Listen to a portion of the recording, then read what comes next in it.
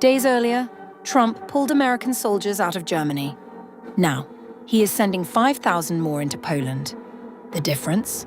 Berlin criticized the US war on Iran. Warsaw just elected a man Trump personally endorsed.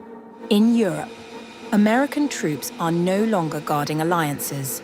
They are guarding friendships.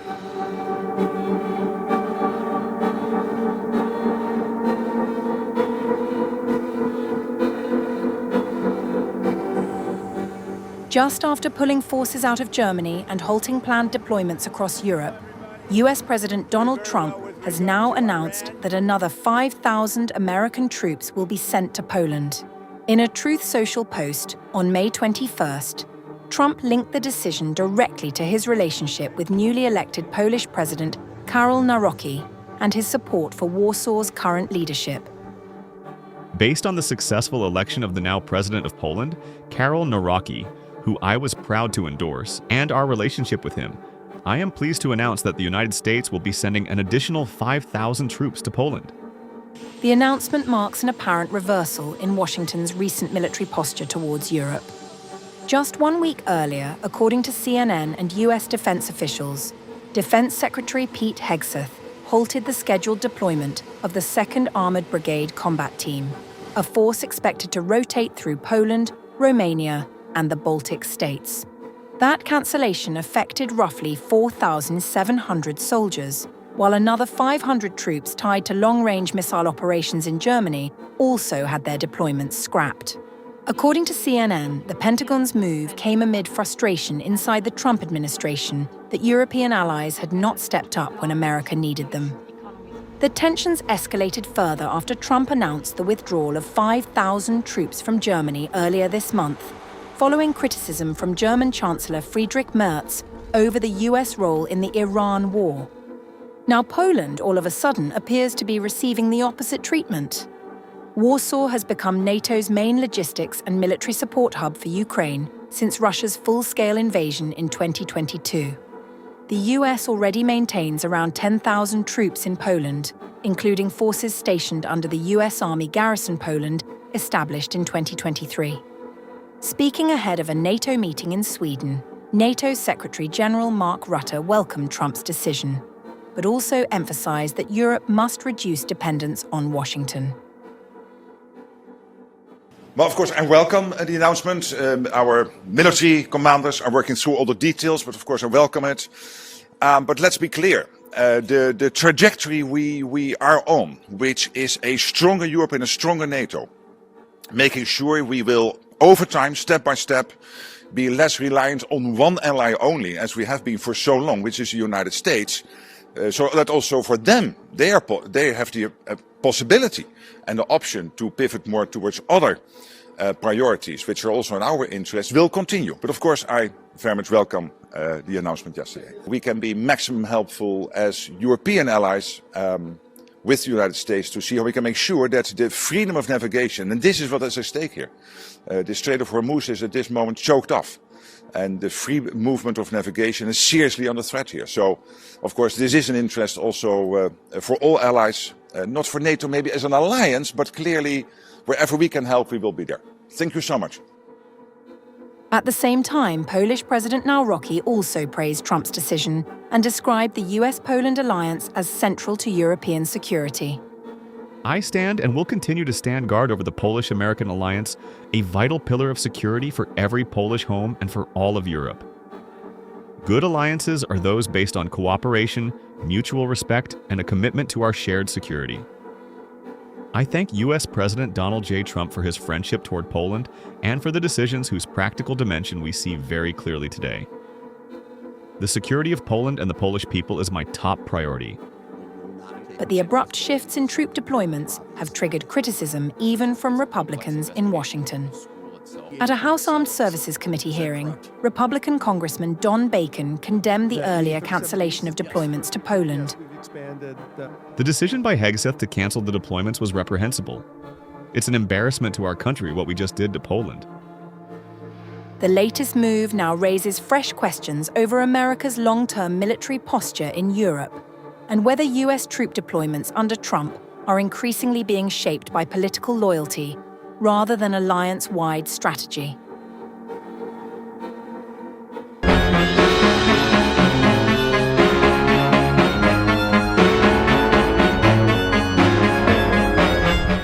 For years, Europe's security rested on one assumption: that American troops would stay. Now, that assumption is beginning to crack, and the concern is no longer theoretical. The Pentagon has already cancelled a planned deployment of 4,000 US troops to Poland. Another 5,000 troops are being cut from Germany. Washington has also halted plans to send long-range Tomahawk missile units to Europe. A sudden decision from Donald Trump's administration to pull 5,000 US troops from Europe has triggered alarm across NATO's eastern flank. For countries bordering Russia, the message landed hard. In Estonia, officials are openly warning that unpredictable American withdrawals could weaken the alliance's deterrence against Russia at the worst possible moment. NATO's Supreme Allied Commander Europe, US Air Force General Alexis Grinkovich, told reporters in Brussels on May 19th that he does not expect further troop reductions beyond the 5,000 already announced, at least not in the near term. The trigger, European officials say, was Trump's fury at German Chancellor Friedrich Merz, who publicly said the United States was being humiliated by Iran and criticized what he called the absence of a coherent US strategy in the war. The troop announcement blindsided NATO allies, coming despite US assurances that military decisions would be coordinated with partners first. Grinkovich acknowledged the drawdown will not stop at 5,000. More will follow, he said, as European militaries build up capability to fill the gap. As you'd expect, we also discussed the recent decision by the United States to redeploy an armored brigade from Europe. I'd like to emphasize this decision does not impact the executability of our regional plans. What we're basically saying is, as the European pillar of the alliance gets stronger, this allows the U.S. to reduce its presence in Europe and limit itself to providing only those critical capabilities that allies cannot yet provide. And so we should expect there to be a redeployment of U.S. forces over time as allies build their capacity. As for the exact timeline, I mean, it's going to vary broadly across a number of different capabilities as nations meet their Hague spending commitments and meet their capability targets. So I can't really give you an exact timeline. It's going to be an ongoing process for several years.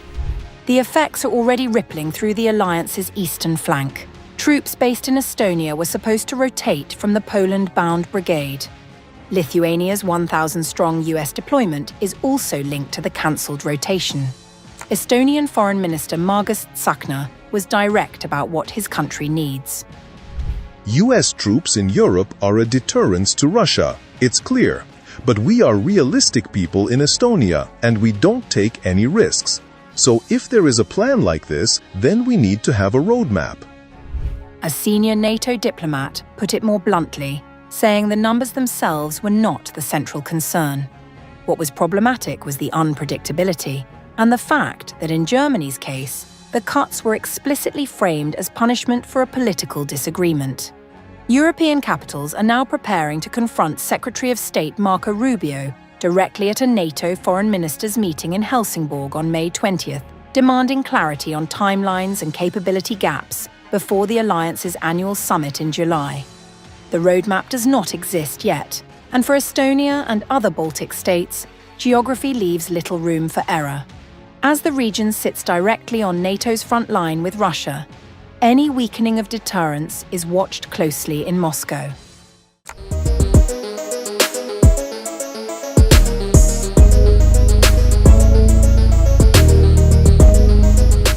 Some of the troops were already on their way. Then, the Pentagon abruptly cancelled the deployment of an armoured brigade to Poland, catching military officials off guard. The unit, the 2nd Armoured Brigade Combat Team of the 1st Cavalry Division, had nearly 4,000 troops assigned to a 9-month mission across NATO's eastern flank. Some equipment and personnel were already en route when the order came through. Polish officials moved quickly to contain the fallout, insisting the decision was about US force reductions elsewhere, not a downgrading of the alliance with Warsaw. Deputy Prime Minister of Poland Władysław Kosiniak-Kamysz said, This issue does not concern Poland.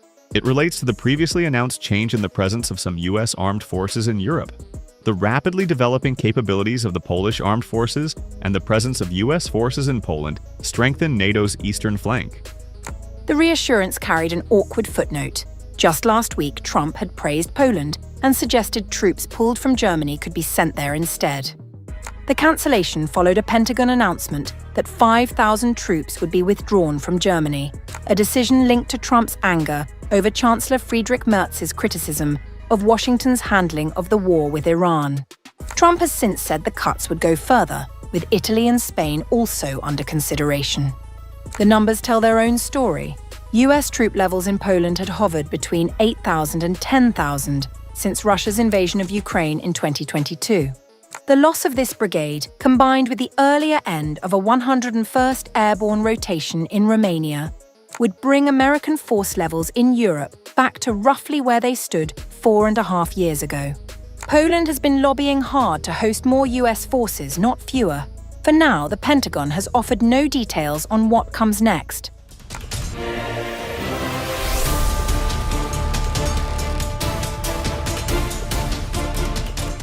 It started with a war, and it may end with an alliance.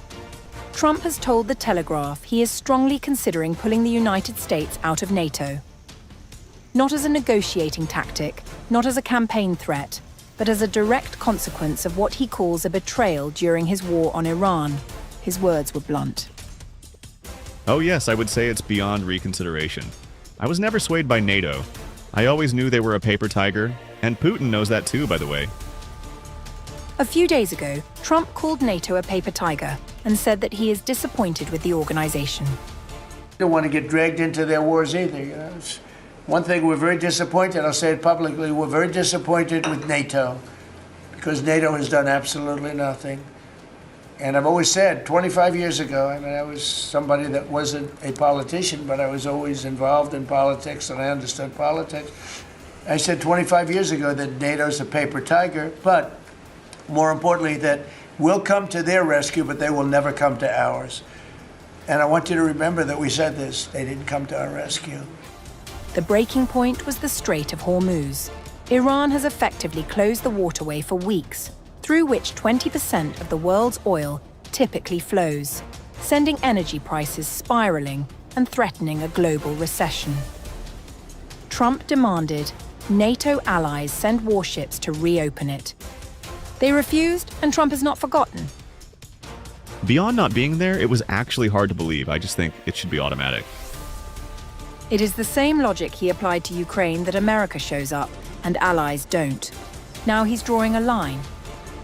Secretary of State Marco Rubio had already signaled where this was heading.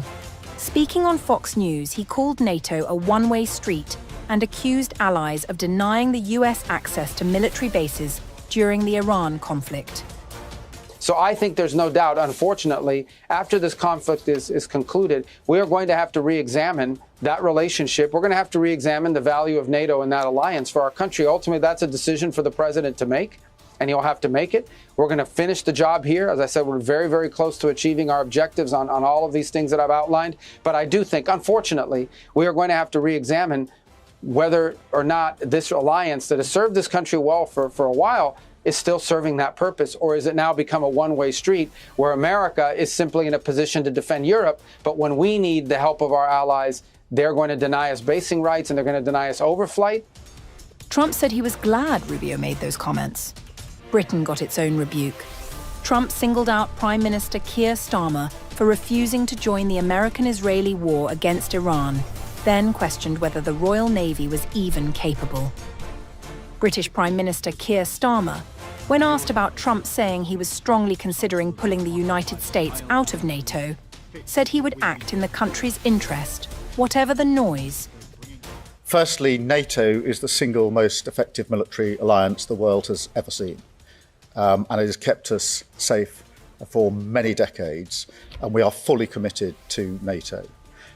Secondly, that whatever the pressure on me and others, whatever the noise, I'm going to act in the British national interest in all the decisions that I make.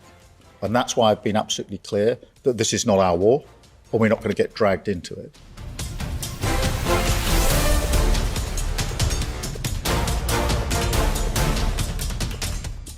So what actually happens if the US walks out? NATO doesn't vanish overnight, but it becomes a fundamentally different organization. The US contributes roughly 70% of NATO's total defense spending and provides the nuclear umbrella that makes Article 5, the Attack One, Attack All guarantee, credible. Without Washington, that guarantee becomes a promise Europe cannot keep alone.